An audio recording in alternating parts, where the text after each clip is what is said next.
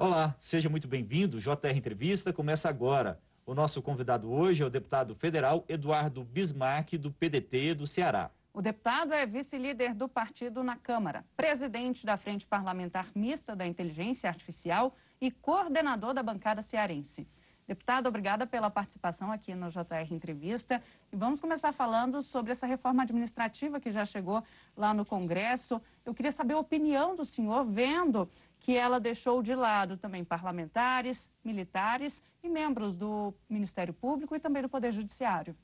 Bom, obrigado pela oportunidade de estar aqui falando com vocês desse tema tão importante e de outros que abordaremos. Eu acho que a reforma administrativa ela chega com uma sinalização muito importante, que é dizendo que a regra do jogo passa a valer a partir de agora. Portanto, quem resolver entrar para a carreira pública já sabe quais são as novas regras do jogo. Por outro lado, ela traz algumas questões de redução salarial que são muito importantes, que são conquistas importantes dos trabalhadores, principalmente da carreira, ao longo do tempo. De outro lado, também, nós temos a questão da aposentadoria compulsória, que ela vai ser retirada. Isso é muito bom, porque a gente vê servidores que às vezes cometem algum ato errôneo dentro da administração e que são afastados com a aposentadoria. Que acaba aparecendo um prêmio, né? Exatamente. A gente vê isso muito fortemente até no judiciário. E aí, é o que vocês da imprensa noticiam muito bem. E aí a minha preocupação é essa. O judiciário, por exemplo, não está nessa reforma administrativa. Os militares também não estão na reforma administrativa. É uma preocupação que eu tenho, sim. Acho que o governo falhou nesse ponto, deveria ter sido mais abrangente. Porém, a gente precisa debater melhor esse tema dentro da Câmara dos Deputados. Deputado, eu estou fortemente nessa cobertura da reforma administrativa. Só deixar uma pontuação clara. Quem não está nessa reforma administrativa são os membros dos poderes, né? Os próprios juízes, os parlamentares e os integrantes do Ministério Público. Os servidores do Judiciário estão na reforma administrativa. Mesmo assim, retomando ao tema, o senhor acha que poderia ter sido mais abrangente? Com certeza. Inclusive, também você esqueceu de mencionar o legislativo. Nós mesmos, parlamentares, também não estamos incluídos nessa reforma. Os parlamentares não, só os servidores. Os servidores do legislativo. Então, a gente tem aí, por exemplo, questão... Eu não estou aqui defendendo o salário de Marajá, aqui que receba acima do teto. Pelo contrário, eu sempre defendi que o teto seja o limite do recebimento. Muitas pessoas acumulam vários salários, até outros benefícios, para poder receber acima do teto. Porém, o que essa reforma ela traz de redução salarial, que eu digo, ela diminui a capacidade de ganho ao longo da carreira do servidor. Então, ela reduz as chances de aumento de salário. Entendo que o governo está pensando na questão fiscal, ou seja, diminuir custo, porque realmente a máquina pública do Brasil é muito cara e ineficiente muitas vezes. A população não vê o serviço chegar muitas vezes na ponta, né?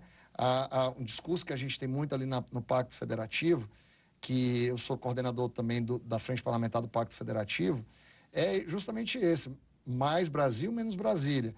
Como é que o burocrata que está aqui em Brasília, todo meu respeito ao servidor, mas como é que ele tem, às vezes, a real noção do que acontece lá no município? A gente luta para que o município tenha uma condição melhor de decidir sobre as suas coisas do dia a dia.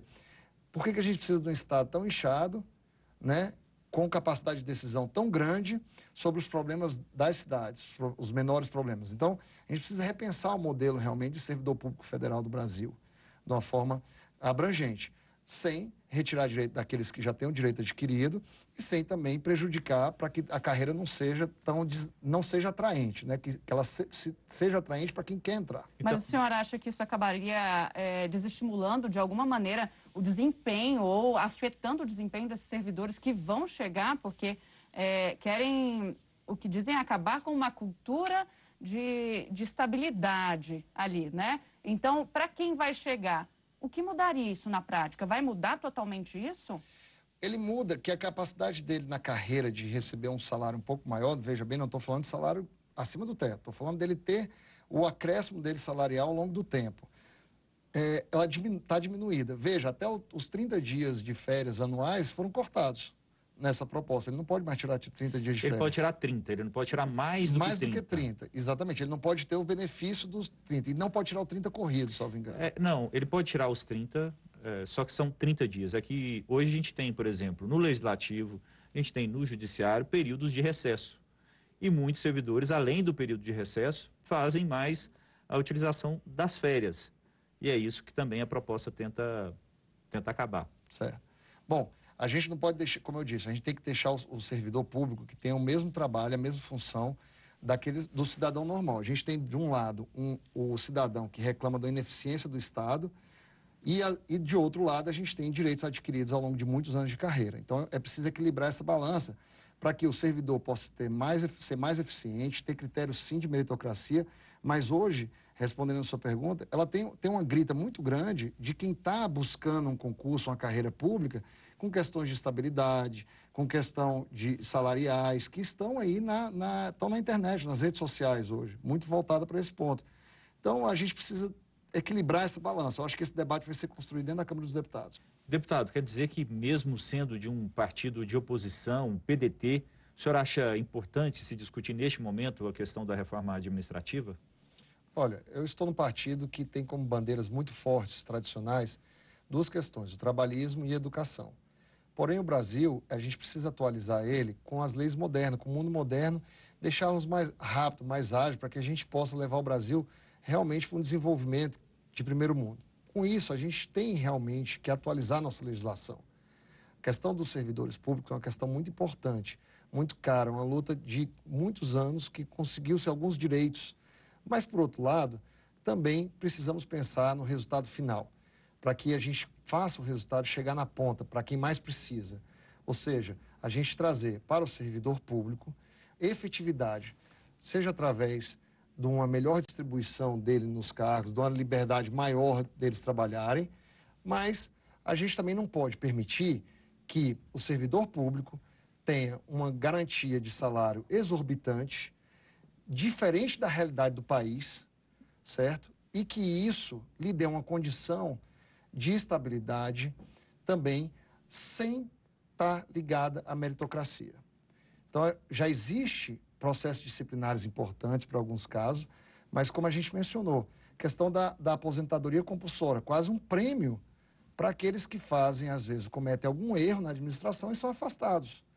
A gente precisava ver também incluído, como eu disse, o judiciário nesse ponto, certo? Que é onde a gente mais vê isso acontecer. Então, precisamos pensar o Brasil. Estou falando aqui em acabar com direitos adquiridos? Não. Os servidores já estarão garantidos com os direitos daqueles que já estão na carreira. Porém, os novos vão entrar na carreira tomando a decisão de acordo com aquilo que eles vão ter da nova regra, né? Que só pode valer após a promulgação da PEC. Deputado, eu queria que o senhor explicasse um pouquinho para a gente como é que funciona essa atuação da Frente Parlamentar de Inteligência Artificial. A Frente Parlamentar da Inteligência Artificial, ela vem para poder acompanhar o desenvolvimento da inteligência artificial no Brasil. Então, hoje, a gente está buscando regulamentar a inteligência artificial através de um projeto de lei da minha autoria, que estabelece fundamentos, princípios, mas também direitos e deveres da inteligência artificial no Brasil. O Marco Civil da Internet, ele chegou um pouco atrasado. Agora, a gente quer um Marco Civil da Inteligência Artificial não tenha tanto atraso assim, que a gente possa votar logo. Por que é importante? Porque além de ele estabelecer conceitos baseados na defesa do ser humano, a gente também permite, estabelecendo princípios e fundamentos alinhados com o compliance de algumas empresas que investem nesse assunto, que essas empresas venham logo para o Brasil e possam investir em inteligência artificial. Só que a inteligência artificial, como o próprio nome diz, a inteligência é um aprendizado, né? Ela precisa de um acompanhamento constante, de proximidade bastante, e para isso serve a frente.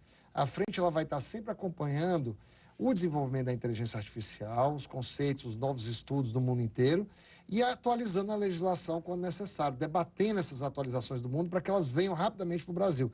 A inteligência artificial, ela tem muitos benefícios e é uma realidade que a gente não volta atrás. Além de ela estar hoje já nos smartphones de todo mundo, também pode ser utilizada em educação, para aprendizado. A gente está vendo agora na pandemia bastante a utilização de inteligência artificial, pode ser usado na medicina, inclusive com diagnósticos, e pouca gente sabe. O judiciário já usa muito inteligência artificial. Então, alinhado com especialistas, discutindo com o setor, a gente apresentou o Marco Civil da Inteligência Artificial. Bom, antes da gente continuar esse tema, eu quero dar um recado. Você pode assistir ao JR Entrevista na Record News às 10h30 da noite, pelo portal R7, no Play Plus, no Jornal da Record, no JR 24 horas, à meia-noite e meia, e também nas nossas redes sociais. Voltando ao tema inteligência artificial, deputado, a pergunta que fica é: de que forma a legislação vai contribuir para a disseminação, né, e também para incentivar o uso dessa tecnologia no dia a dia aí da população?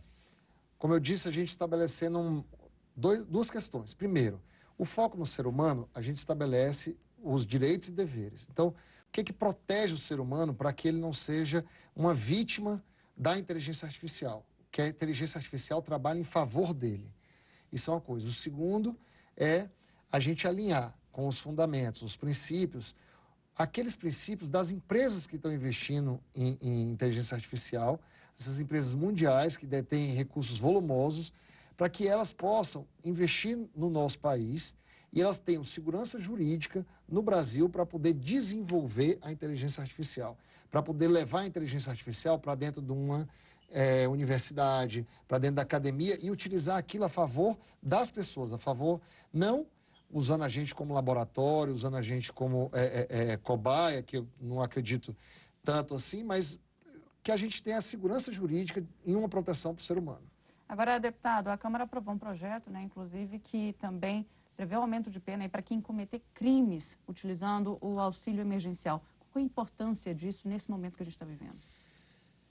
Essa emenda que foi aprovada no projeto pela Câmara dos Deputados é uma emenda minha, que eu gostaria de agradecer à deputada Grace Elias, que aceitou a emenda e colocou no relatório dela. Foi a única emenda que ela acatou no projeto de lei, que é fruto de essa emenda, ela foi pensada porque eu já apresentei um projeto de lei nesse sentido. O que é isso? O auxílio emergencial, ele tanto é caro para o país pagar, veja que o presidente está aí perguntando de onde é que vai tirar dinheiro, quanto é caro para quem recebe que precisa realmente, que não seja o fraudador. É muito importante esse dinheiro para a vida dele, ali, a pessoa que está desempregada. Veja que a nossa economia se segurou aí em função do auxílio emergencial, devido à importância dele. Imagina se tivesse sido um valor menor, né? Ainda bem que foram esses R$600. Porém, se a gente deixar que fraudadores fraudem o sistema ou apliquem golpe nas pessoas que recebem, que esse é o objetivo da emenda, a gente acaba que vai deixar um dinheiro muito importante para o ralo. A própria imprensa noticiou. 40 bilhões de reais foram para auxílio emergencial para pessoas que não deveriam receber. 1/3 da classe média teria pedido esse auxílio emergencial. Militares teriam recebido, ou seja, o governo federal não fez esse mínimo cruzamento de quem podia ou não receber. Nome de pessoas famosas foram utilizados para receber. E eu conheço muita gente na minha cidade, no interior do Ceará, que não recebeu. Que tentou, pediu, tinha direito, está desempregado, não está recebendo, lá no Aracati não recebeu. Então, por isso a importância da gente ter essa emenda. Obrigada, deputado. Daqui a pouco a gente volta a conversar mais sobre esse assunto. O JR Entrevista agora vai para o intervalo. E na volta, a gente fala sobre a inteligência artificial e a inclusão também da tecnologia 5G. Estamos de volta com o JR Entrevista e aqui com a gente o deputado federal Eduardo Bismarck, do PDT do Ceará. Deputados, vamos falar sobre a tecnologia 5G, que é a internet das coisas. O presidente Jair Bolsonaro disse que será uma decisão pessoal dele, a questão da implantação da tecnologia. A gente tem uma discussão muito importante sobre utilizar equipamentos chineses ou equipamentos, por exemplo, americanos. Como que o senhor vê essa discussão e essa disputa por um mercado tão grande? 5G é uma realidade que vai vir para o Brasil e o presidente disse que vai puxar para ele a decisão. Espero que ele esteja baseado em estudos técnicos, que leve para ele os melhores estudos. O ideal seria nós mesmos podermos desenvolver a nossa própria tecnologia, como em todas as outras áreas. Mas vamos ter que tomar todas as proteções necessárias. Você vê que o Brasil tem avançado nessas legislações voltadas para a proteção dos dados do ser humano, como a gente mesmo falou, a inteligência artificial. E a 5G nada mais é também do que a inteligência artificial. Ela não tem um aprendizado de máquina, mas ela consegue fazer muito mais rapidamente que as coisas aconteçam e que aquilo sirva o ser humano. Então, a gente precisa ter uma decisão muito bem tomada para que não haja nenhum tipo de cyberataque, espionagem comercial, nenhum tipo de coisa nesse sentido aqui no Brasil. Agora, deputado, é importante quando a gente traz essa tecnologia aqui para o Brasil também, como é que fica a situação a respeito da legislação, né? É preciso ponderar tudo isso mesmo para evitar esse tipo de situação que o senhor acabou de citar? Exatamente. A gente precisa ver aquilo que não tem na nossa legislação E eu acho que isso pode partir da iniciativa até do próprio presidente. Na hora que ele apresentar a proposta de implantação do 5G, ele já mandar do próprio executivo quais são as questões legais que precisam ser abrigadas com esse assunto. Então, eu imagino que a gente já tem um arcabouço jurídico, o Marco Civil da Internet, com a Lei Geral de Proteção de Dados e com o próprio Marco Civil da Inteligência Artificial, se for aprovado esse projeto que eu apresentei. Porém, dependendo da tecnologia dele, nós vamos precisar de circunstâncias diferenciadas que ele pode apresentar ao Congresso. Deputado, existe uma discussão mundial, né, sobre a questão dos equipamentos chineses, de que os americanos falam que os equipamentos chineses favorecem a espionagem, os chineses dizem que não, e os equipamentos chineses são mais baratos. O senhor que está ligado aí nessa área de tecnologia, o senhor observa aí algum risco, soube de alguma comprovação desse risco dos equipamentos chineses? Olha, não tem nada comprovado. A gente tem uma discussão mundial de qual é a melhor tecnologia e a gente não tem nada comprovado. Se o mundo tivesse alguma comprovação, já teria acontecido alguma reação em cima disso. Então, não tem eu não tenho nenhuma questão prática com relação a essas tecnologias. A gente só vê uma discussão mundial e que eu acho que tem muito mais a ver com a retórica. Óbvio. Disputa de mercado também. Disputa de mercado e retórica do que é o melhor para o mundo e hegemonias internacionais querendo tomar conta, né, do comércio mundial. Então, eu acho que a gente precisa ter no Brasil cuidar da proteção dos dados das pessoas, cuidar dos seres humanos e desenvolver uma tecnologia nossa que permita a gente ter a nossa própria tecnologia ou ter os nossos próprios equipamentos, que é a maior deficiência do Brasil, é essa, a gente não está conseguindo desenvolver. Mas a gente sabe que nessa questão da 5G tem uma questão muito importante, que é a questão da inclusão digital, e a tecnologia 5G, ela necessita de muito investimento, muitas antenas para ela chegar com qualidade. Se a gente também não pensar na questão de preço, você acha que vai ser mais complicado fazer essa inclusão digital, principalmente num país tão grande como o nosso? A infraestrutura em tecnologia foi uma coisa que foi superada ao longo de várias etapas da humanidade. Se você pensar da época do rádio aqui no Brasil, a época da televisão, depois a época do telefone celular, tudo isso é muito caro. Realmente a gente precisa buscar tecnologias mais baratas e as próprias tecnologias vão barateando ao longo do tempo. Então vai ser um desafio muito grande. Agora, o mais barato não pode pautar o que nós vamos decidir. A gente tem que decidir com base naquilo que é melhor para o Brasil e para os brasileiros. Agora, o senhor se preocupa também quando a gente fala nessa questão da inclusão, dessa tecnologia também ser acessível àquelas pessoas que estão lá no interior. O senhor vem do Nordeste, o senhor do Ceará, e a gente fala justamente dessas pessoas terem acesso a tudo isso. É possível, de maneira acessível, um custo acessível também? De imediato, não, isso não acontecerá, isso precisa de tempo. Como todas as tecnologias, o próprio telefone celular, quando chegou no interior, teve uma dificuldade, primeiro nas sedes dos municípios, até hoje nós temos dificuldade na zona rural, onde às vezes a gente está com a nossa melhor tecnologia e não vê o sinal chegar. Então isso levará tempo ainda e acho que não chegará tão acessível assim no primeiro momento. Mesmo que a gente traga a tecnologia mais barata, ela ainda assim será muito cara para o consumidor, muito cara para a população comum. Então, isso será um processo de longo prazo, que vai ser aí barateado, a própria tecnologia ela ajuda nesse sentido, mas a gente não vai dormir e acordar com 5G no outro dia, que o Brasil não tem condições de bancar isso aí. Lembrando que você pode assistir ao JR Entrevista na Record News, às 10h30 da noite, pelo portal R7, no Play Plus, no Jornal da Record, no JR 24 horas, à 00h30 e também nas nossas redes sociais. Tchau. Deputado, como o senhor está acompanhando a questão da pandemia, principalmente voltada à questão do turismo? É uma atividade muito importante lá no estado do senhor, no Nordeste, também em muitas regiões aqui do país. Como que o senhor está acompanhando os impactos da pandemia no turismo?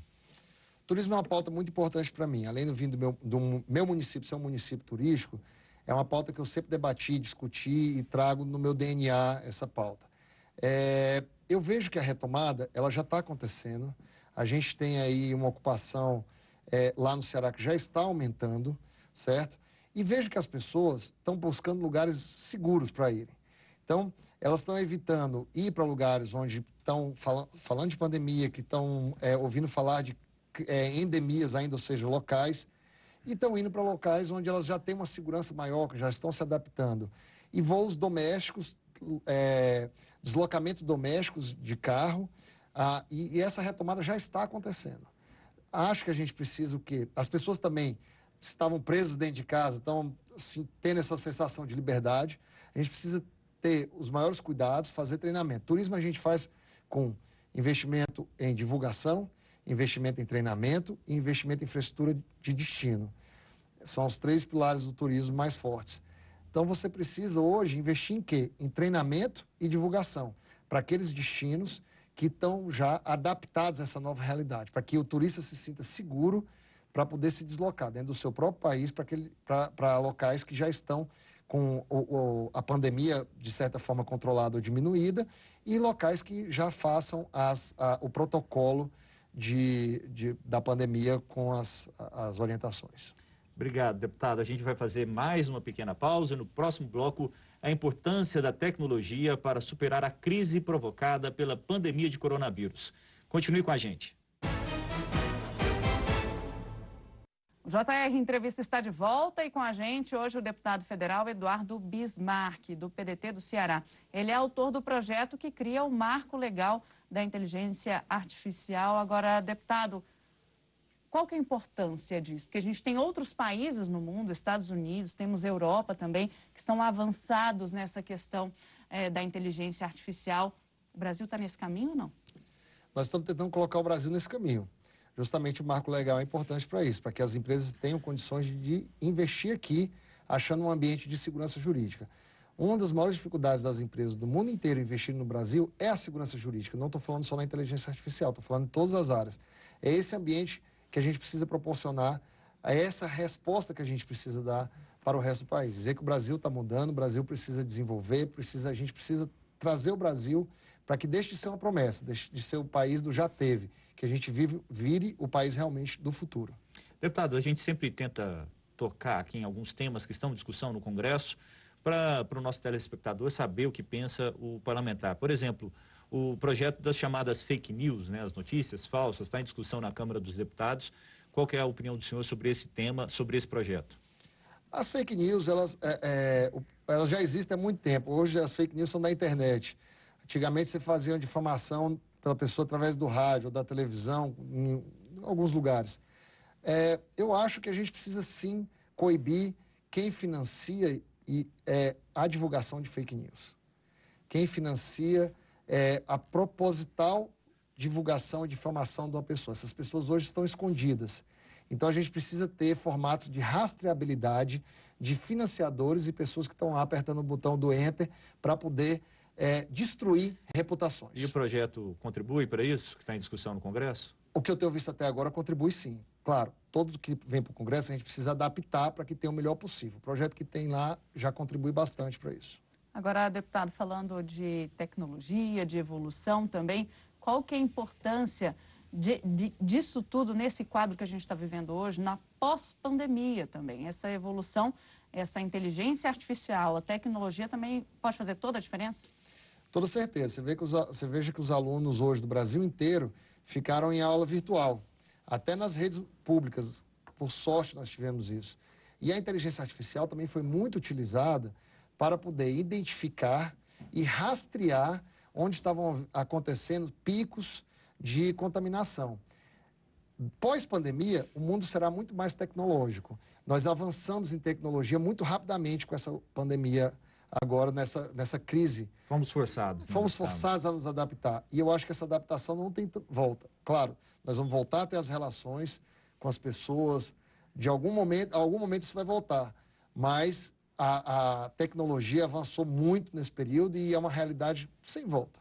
Tomara, deputado, que todos nós queremos estar próximos de quem a gente ama, né? Muito obrigado pela sua participação. Obrigado. O JR Entrevista fica por aqui. Lembrando que você pode assistir ao programa na Record News às 10h30 da noite, no portal R7, no Play Plus, no Jornal da Record, no JR 24 horas, à meia-noite e meia, e também nas nossas redes sociais, Nathalie. Deputado, obrigada pela participação com a gente aqui no JR Entrevista e obrigada a você também pela sua companhia. Até a próxima.